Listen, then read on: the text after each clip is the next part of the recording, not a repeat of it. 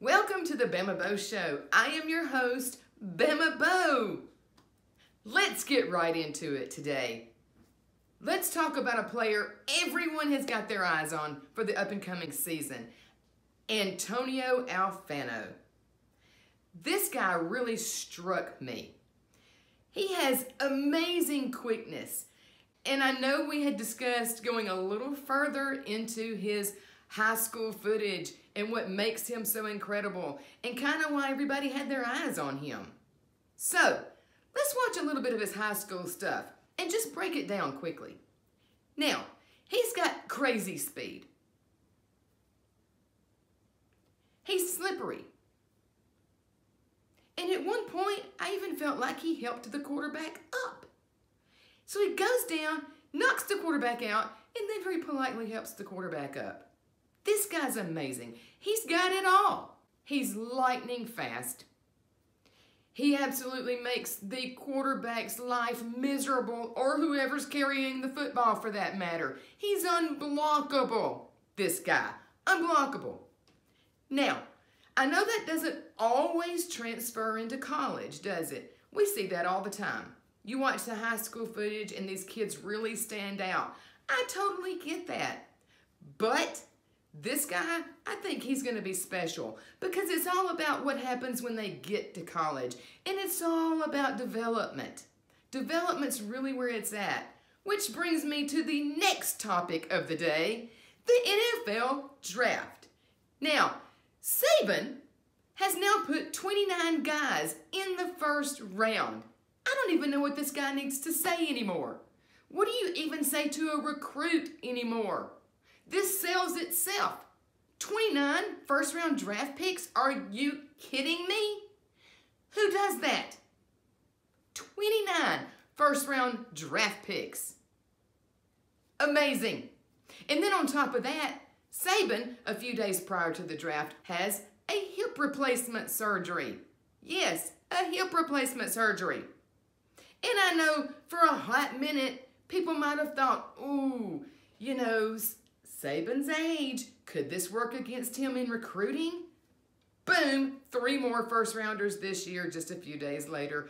So I think the obvious answer to that is, no, it doesn't hurt recruiting.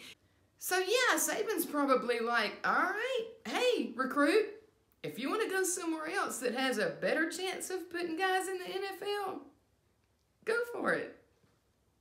I think that's really all Saban has to say, don't you? It's amazing. Absolutely amazing. With Nick Saban just having a hip replacement and then a few days later putting 3 guys into the NFL in the first round, we all wonder, what are these potential recruits thinking? What are these guys thinking about Nick Saban at his age in the Alabama football program right now? So we reached out to an expert that has firsthand knowledge in just what these recruits are saying. Josh, welcome. Hey, Bo, thanks for having me. Oh, no problem. So, you've talked to some of the recruits, is that it? Absolutely. It's airtight. Okay, and it's a direct line of communication from them to me. Okay, just to clarify for the audience, we don't want any mistakes here. Yeah. How can you please explain the bridge from your knowledge to this recruit? Well, as you know, I'm not a fan of rumors or ambiguity, so I don't say anything unless it's absolute fact. So I make sure that my source comes from a place I can rely on. So I go right to my barber and I'm like, hey, you heard any gossip? And she's like, I went to church with this lady whose cousin's brother goes to Alabama and he met one of the football players in class one time. And I was like, what? What's in their minds when they get recruited? I should go on the BamaBo Show and talk about that. That is airtight, and I can actually completely understand that. So what are the recruits saying? Oh man, they're real excited about getting to go work for old Rick. Nick? Sorry, what? Nick? Did you cut yourself? No, Nick Saban. Who? You said Rick. Well, you heard it here. If anyone would know, and anyone is close to the program, it's Josh. Thank you, Josh. Oh, thanks for having me. So everyone knows that Nick Saban went back to work after 2 days from a hip replacement surgery. Who does that? What is he, like some kind of superhero? He's on like a walker one day and then a cane the next day, back at work. 2 days. So I brought in an expert to explain this. How does this happen? Thank you, Josh, for being here. Hey, thanks for having me. I'm a different guy. That much we know. I've got a jacket on, so brand new guy. So, explain to us, please. Everyone is dying to know, how on earth do you go about a hip replacement surgery and be back at work in 2 days? Well, see, the first thing of it is you want to make sure that the doctor that you're going to go see is within your insurance provider network. And then you're going to want to arrange a meeting with a specialist. That might take anywhere from 3 to 6 months, sometimes longer, you know, because...